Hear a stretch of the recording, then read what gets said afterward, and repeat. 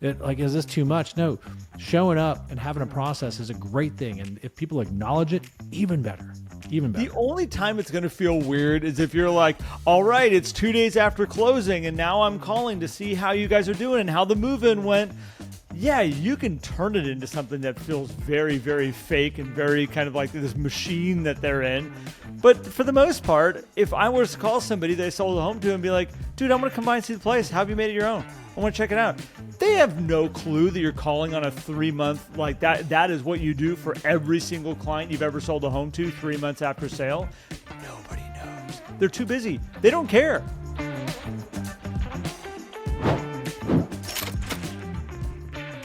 Welcome back to Life at 10 Tenths, where we inspire you to live at the pinnacle of your ability and purpose. I got my friend Matt Benelli with me today, as always, and we're excited to spend some more time with you. As always, if you're listening to this and you're saying, gosh, I wish I had more of what Matt and Garrett have to offer, go check out our app. You can go download it in your favorite app store. That'll bring you into our world, and that'll put you into a spot there that you can then see all the other things that we have going on, what you can be involved with. But it also gives you easy access to all these podcast episodes, easily searchable. So go check it out. And then let us know if you need any help. If for some reason you get in there and you're like, I'm not sure where to go or what, get a hold of us. We're here to help you out. So, Matt, Good morning, sir. Good morning. Good morning. I'm pumped, man, as usual. And yeah, I love the app because there's some little freebies in there too, which is really cool. So if you guys get the app, you get to see some things. We're in the middle right now, I think, of this one being released of our 21-day accelerator, which is really cool, which is totally free.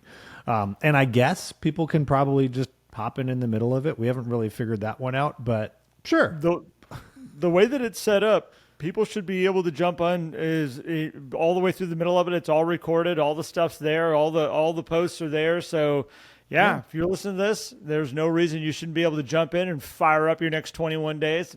No matter where you're at. So yeah, it's going to be cool. So, well, we have a fun topic today, Garrett, which, I mean, I like this because I'm kind of like an ops minded guy. Not that we're going to talk about operations.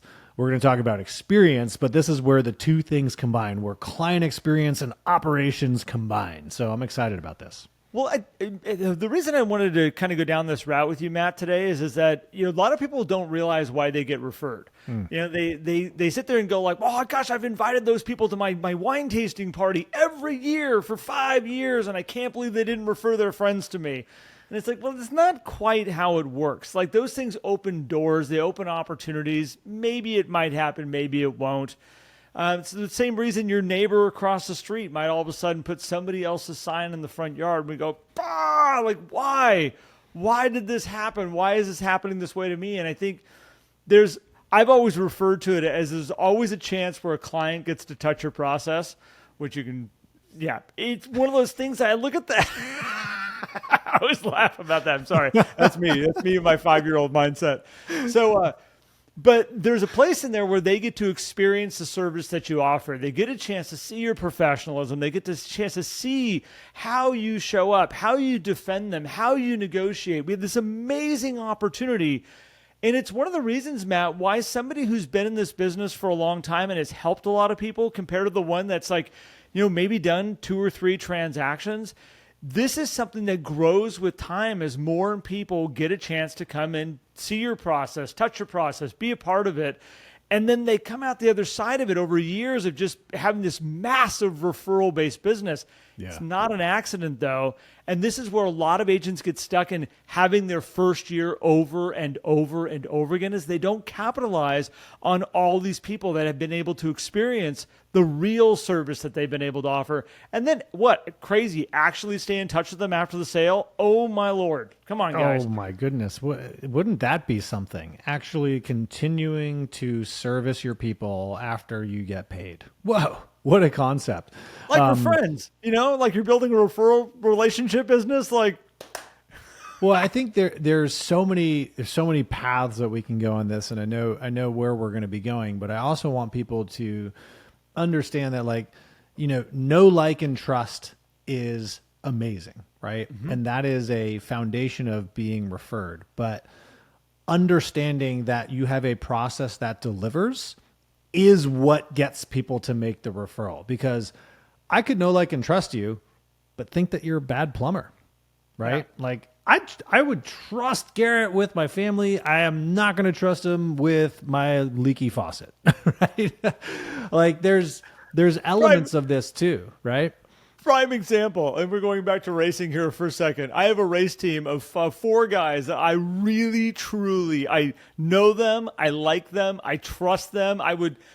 They are some of the most important people I have in my world, and there's some of them that I will let work on the race car, and there's some that I will not. Technically, they all know how to work a wrench. They all know how to, they have the basic understandings of it, but it's like there's certain pieces of like, hey man, just make sure the lug nuts are on tight. I'm good with that. That's your job for this. And there's others that were like, we need to rip apart the top of the motor, and you and I are going to do this for the next 3 hours here so we can get back on the racetrack. Yeah. Nobody else needs to be involved. I think This is why experienced agents tend to have more referrals, because there's been more people who've experienced the process. And that, what is the process? Well, it's relatable value. It's value that's relatable to your profession. And so if you're not communicating or sharing or giving people to experience value relatable to what you do, then it's going to be hard for them to make the referral. And this gets into like, people know 1,000 different realtors. I just talked to a client who's like, I have a client, it's kind of awkward because I just found out they put their house on the market, but I'm about to make the call for their anniversary and all this stuff. And I said, well, who knows? Maybe they formed a relationship over the years because they live in a different part of town. He's like, it makes sense. And lo and behold, they built a relationship with another realtor who was bringing relatable value because they were renovating their house, and that realtor was helping them guide and like think about what are going to be the best decisions to make. And so of course they're going to hire that person. Like, no harm, no foul. Right. And that's where you got to think, hey, do I have a process that is providing an experience that people recognize? And then 2, outside of the transaction, do I have relatable value that ties back to it? Because Garrett, I find a lot of agents get into this transaction manager space where they just like, they're managing a transaction for somebody, which means that they don't really have their own process. They're letting the client kind of drive a process. And so the realtor doesn't become the controller of this process. They just become someone who's helping them buy or sell a house, which they might have a fond experience of you as the realtor, but they don't connect you with the process because they're like, well, I chose the homes, I did this, whatever it is. And I know that's kind of basic level stuff. And so, but at the end of the day, you want people to say, I'm referring Garrett because he has an incredible process. Not because he's a great guy, which he is, but he has an incredible process. Because to me, as someone who's being referred, I go, oh, cool. Garrett knows what he's doing. I'm not just being referred because John knows Garrett. I'm being referred because John has had this experience with Garrett, and he has a process that is going to work for me too. Right. Well, and this is this process side of it. Like, just let's take this simple piece of the process, which might be customer service calls, Matt. This is one of those ones that I see actually separates agents out from being able to provide really good service to their client, that the client goes, I feel like they've got everything taken care of. I know exactly where we stand. I feel like we have great communication. To what you said is somebody who's just managing the transaction, and they're like, well, I'll reach out to them if something comes up. If there's something that needs to be talked about already. Otherwise, I won't bother them right now, or maybe I don't feel like I have any good information to share. So instead of me just calling and being like, hey, Matt, how's it going? Like, I'm like, what do I say? But they haven't built a process around it of like, here's how this is going to happen every single week. This is part of why you're hiring me. This is part of what we're about. These people are in your process right now. They're in the experience of working with you. And this is the stuff where they get to walk away going, oh my gosh, that was unlike any experience I've had with a real estate agent. And you can think about this with, we just recently had a quote given to us at my mother and father-in-law's property for some mini splits to cool off some of the rooms. Some of the rooms are, when you live in Reading and it's 108 degrees, things get hot. So they're going like, well, what if we did this? Now, the gentleman that we had show up at the house to give us the quote, there was things I noticed about him the minute that he showed up. And by the way, this was me experiencing his process for the first time. Super clean cut, like perfect looking, button down shirt, perfect khaki pants. And he's like, hold on a second. And he puts on these little booties before he walks in the house. Everything he did inside that house, he wore these little booties that he had, these little blue shoes that he had. And it was really interesting. And I noticed before he stepped out over the threshold to go back outside, took the booties off, made sure that no cross-contamination from the outside to the inside. He had this way of talking about him that just made you feel really comfortable. But you look at this and go, this is this guy's process. This is something that now I'm sharing with you guys. Out of all the experiences I've had with all service providers that I've been around, this guy that works at Redding Heating and Air, like that's the experience that I'm sharing with you right now.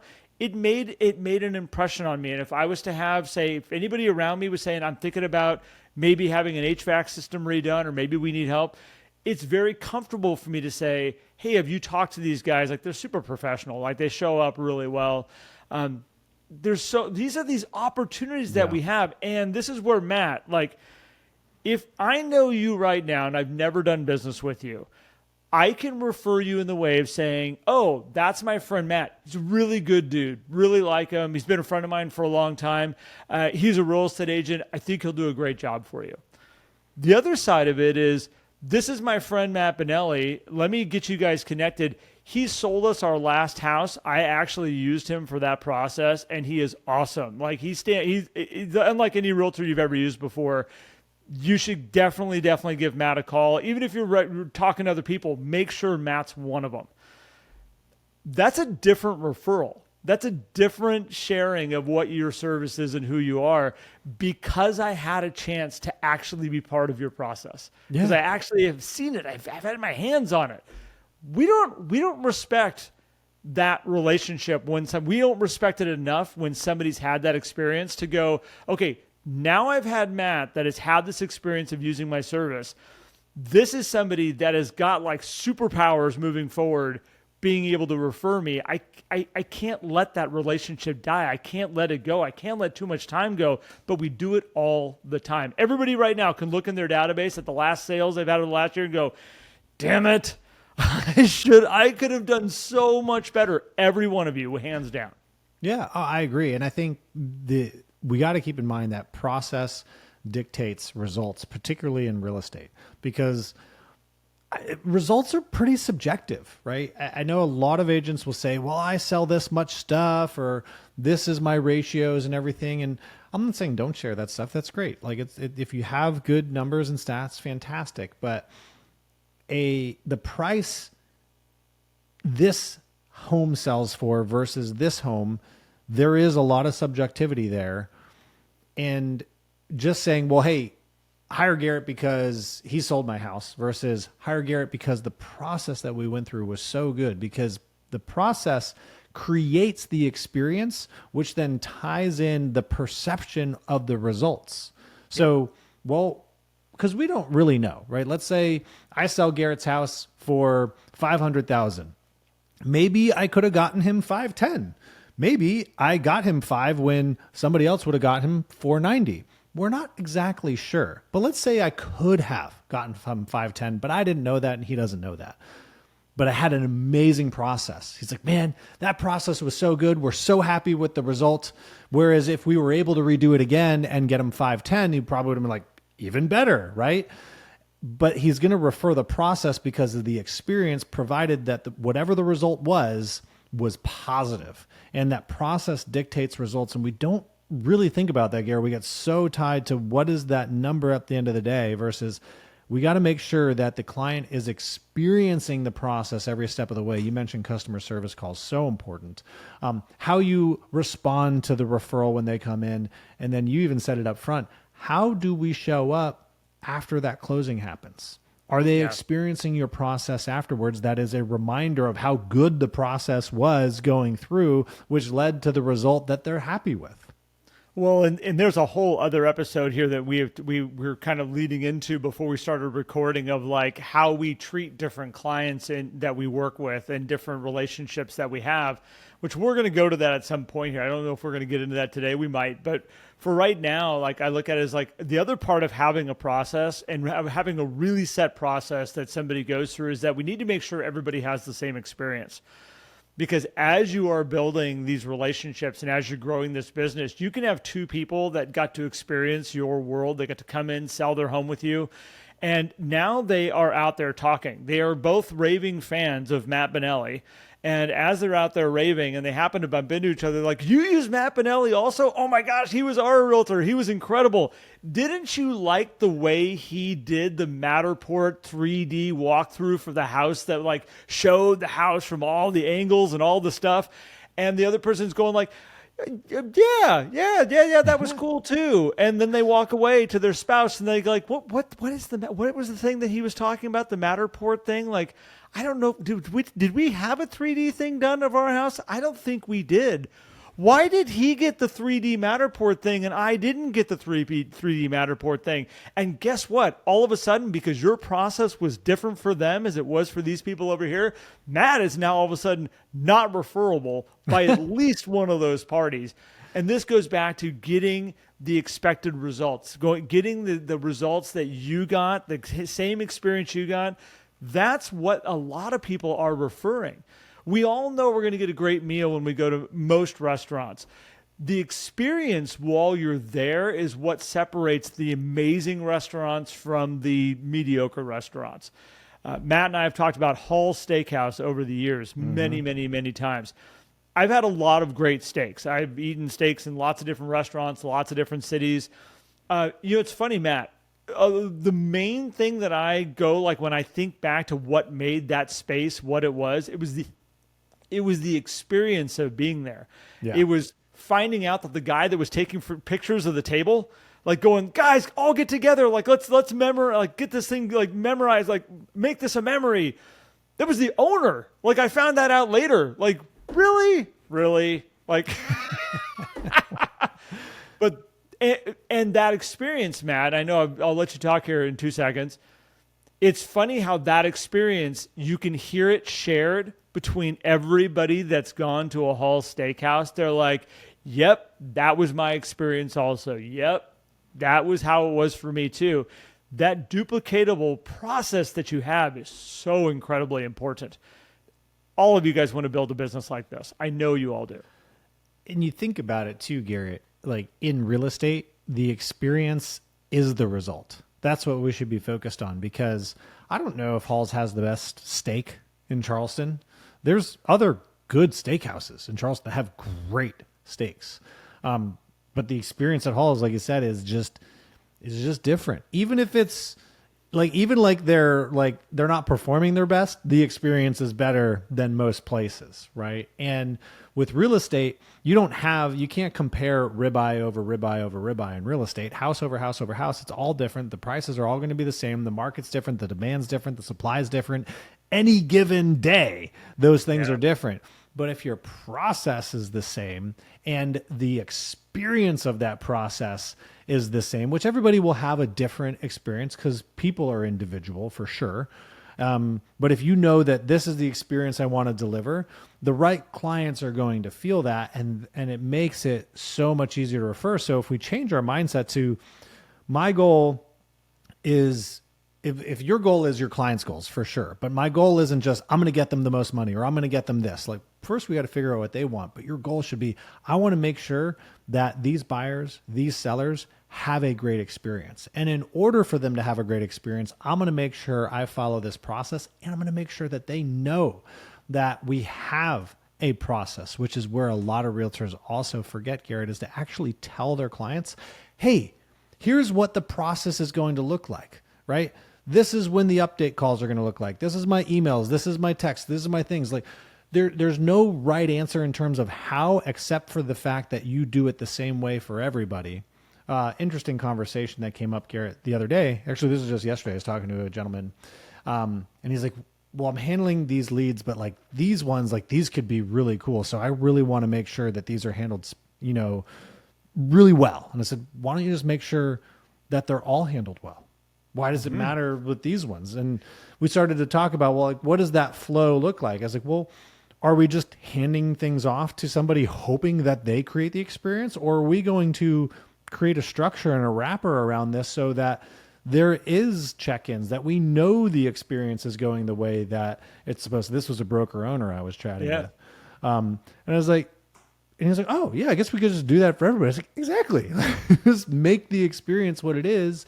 And that way you have checkpoints, because there are variables in our process. There are variables with our employees if you have them. There's variables with the people that you refer to do business. Like, even though you have the best lender in the world, who knows? They might be having a bad day one time when you make a referral.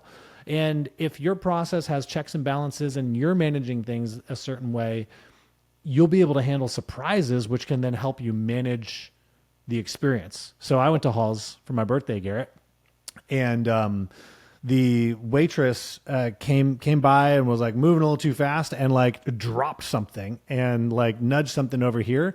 And in any normal restaurant would have been like, oh no, what do we do? Right.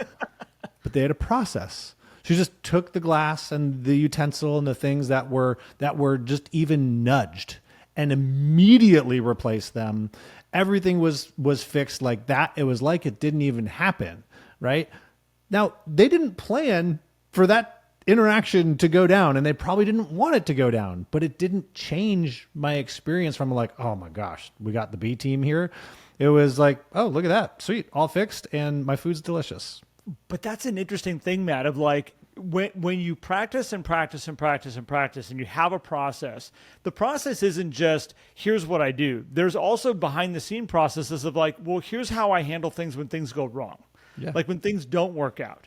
And that experience in that restaurant, like nobody just all of a sudden handles that just because it's like, oh, that's right. I work at Hall, so I should probably do this at this level. I guarantee you they have evenings where they're like, all right, let's like do a mock kind of service here. Let's kind of plan on this. And by the way, sometimes, and they flip a tray out of somebody's hand and they go, what do you do? How do we handle this as Hall's employees? And it's like, everything's quiet. Everything's quick. If you guys need to run in over here, grab this, grab that, clean this thing as fast as possible. Everybody goes back to their dining experience. Let's not make a big deal about it. Let's not disrupt because they're here for their experience.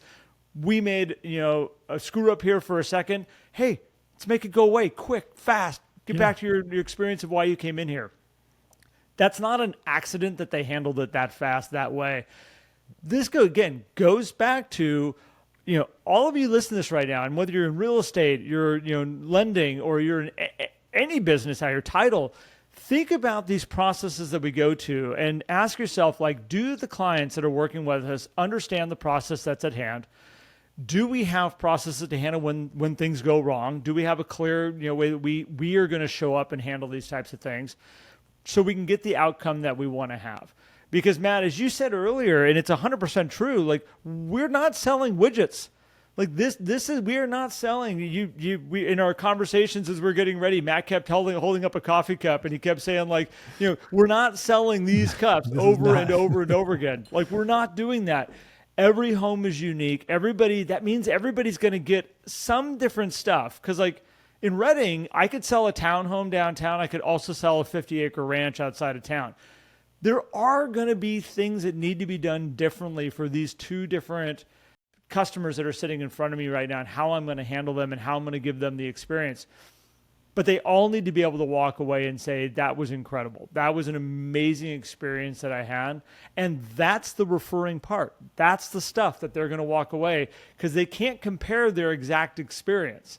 Yeah. When it comes to the actual final outcome of we sold our townhome for $200,000, we sold our 50-acre ranch for $1 million, they can't share that part to go, this is why I'm referring Matt.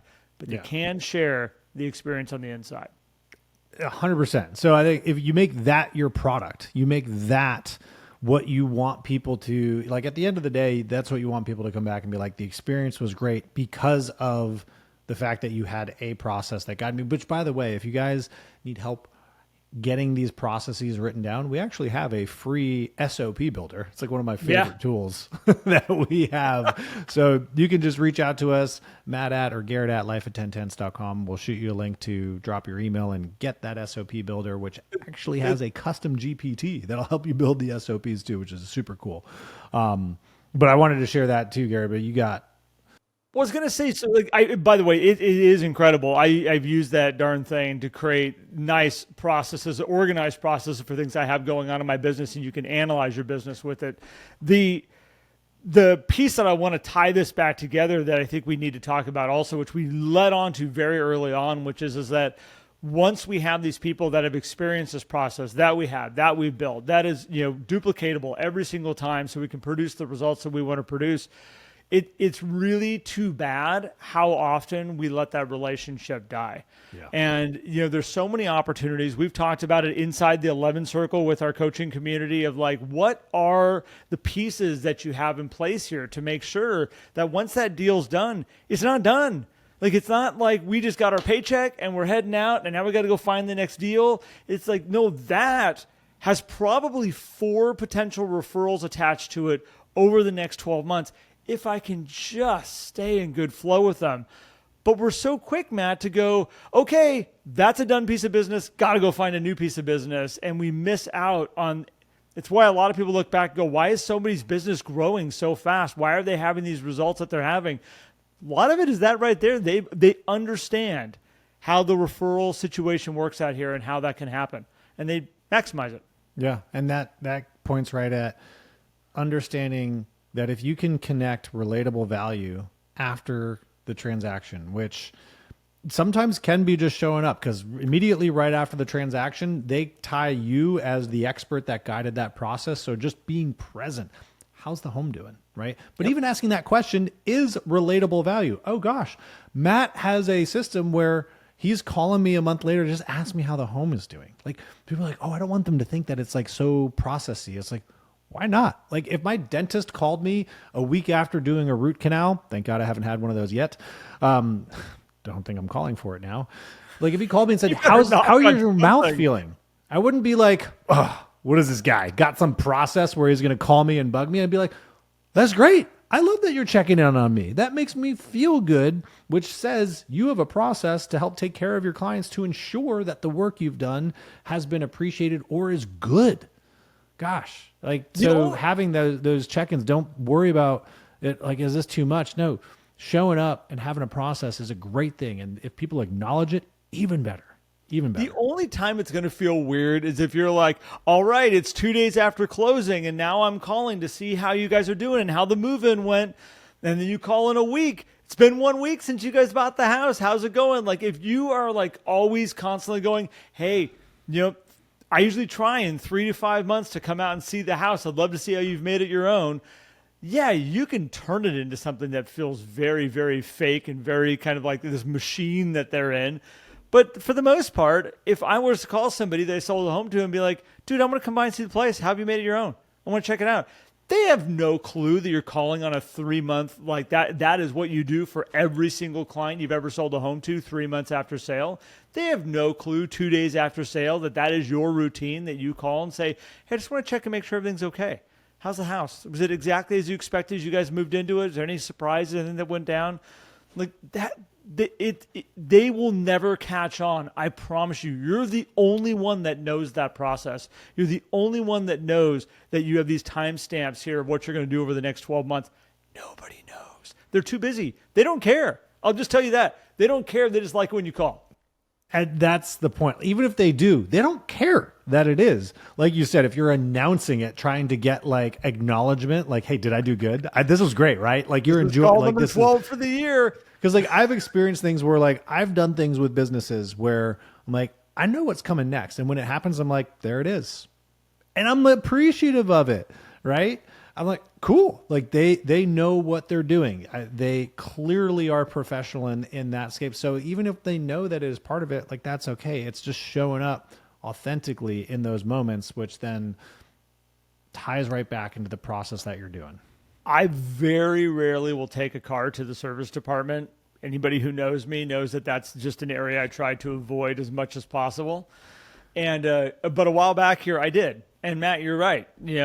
A week after I pulled that car and got it back home, driving it for a week, I got a phone call from them, and it was hey, we want to see how your experience was. How's the car doing right now? Is everything as you expected it? Was it clean when you picked it up? Like, that is a process that they have to produce the predictable results that they want. It's also where they get to learn if they have breakdowns in their systems and the expectations that they have of the people that are working for them and how things are going, so they can bring the highest level. I have no problem with that. I have no problem with somebody that's trying to, bring excellence. Like, really? Okay. I'm not going to say shame on you for trying. No. Thanks. It's a nice phone call.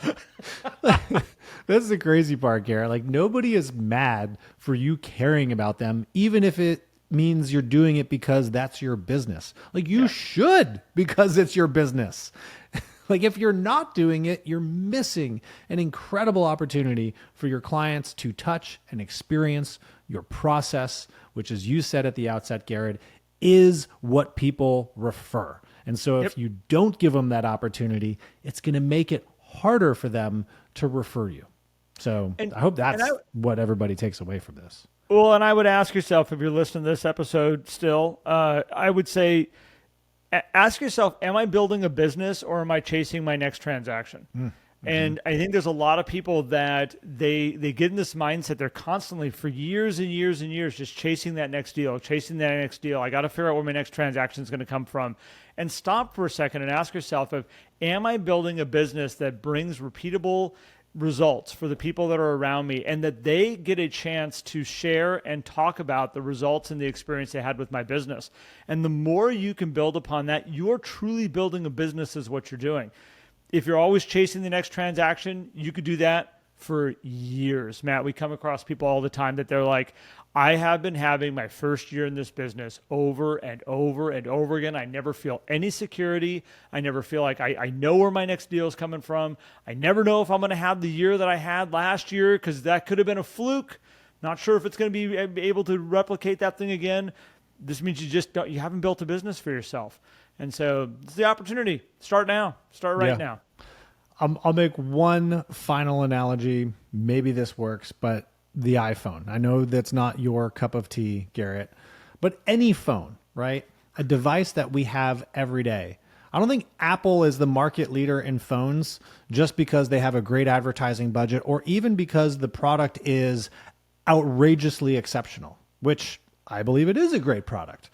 But when it first came out, it was yes, they had a great advertising campaign, but when you saw someone who had it, they're like, come see it, experience it. Here's what I'm experiencing with this device. It's so cool and everything, which got like, ooh, I want to go get one, right? And that's how that word of mouth spread for people basically getting referred to go get that phone, right?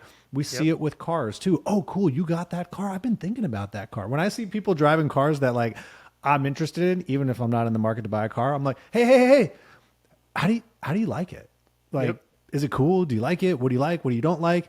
And so people are, service is a little bit different than a product, but when you think about it, you're like, it's not just the marketing alone that's making a product go wild. It's the experience that people are having and how that's being shared. And that is your product, because you are a service business. That is the only thing that people have to hold on to, is the experience they have with your process. Well, and what you just shared, Matt, if you think about buying and selling a home, when somebody is going through that process, that is like owning that car. It's like, it's the visual that the person on the outside goes, oh, that's something that I might be interested in also. And these people that are going through the process, you don't even realize it. They're having tons of conversations with people out here that are saying, hey, how do you like it? How does it feel? How's it drive? Like, what do you think about it? They're having these subtle conversations. The minute the sign goes in the front yard, they're out there doing yard work, and somebody's walking by. They're going, hey, how's the home sale going? Like, what are you guys seeing? What's happening right now? And they get a chance to see how you as a realtor are showing up, and they get a chance to talk about you, about how great their realtor is, and oh my gosh, things that we have coming up and what we're doing. Or they're just like, we've had some showings, and we're waiting for some offers, and it's going along. There's these moments that they get a chance to say, like you said, Matt, how's it drive? How's it going for you? What's going on there? These are massive referral opportunity people out here that we just don't want to let get too far away from us. And sadly, we do it all the time. Is it fixable? 100%. You can fix it starting today moving forward. That I am not willing to accept that being part of my business from here going forward. Choose that. Choose that now for your business. I agree. And you can start by just calling all your clients today and saying, hey, here's where we're at and here's what's coming next. And all of a sudden it's like, we just leveled up that experience big time. So appreciate you guys for tuning in today, for listening to us talk about this incredibly important aspect of building a referral-based business. And so if you like this and you got value out of it, share it out. Share it with somebody who might also find value out of it. Share it with a colleague. Share it with a team member. Share it with your broker owner. And if you want to dive into some extra bonus content, Garrett and I have what we call the Inside Track, which has a ton more stuff every week. We got mindset videos. We have Win the Morning. We have another video that goes out through there, other prompts, positive reading, our daily ignition frameworks built into there. We have monthly book reviews in there. That's incredible. And then we also have our group coaching, which is just awesome, man. I love our group coaching people. It's so great to share that experience with them and be there and watch them grow and thrive, which is really cool. So you can check all that out at lifeat10tenths.com and check us out on YouTube if you're not there. Like, subscribe, comment, engage with us. We would love to hear your feedback. And other than that, we'll see you on the next episode. Thank you guys. Thank you, Garrett. Thanks, everybody. Thank you, Matt. Appreciate it, sir.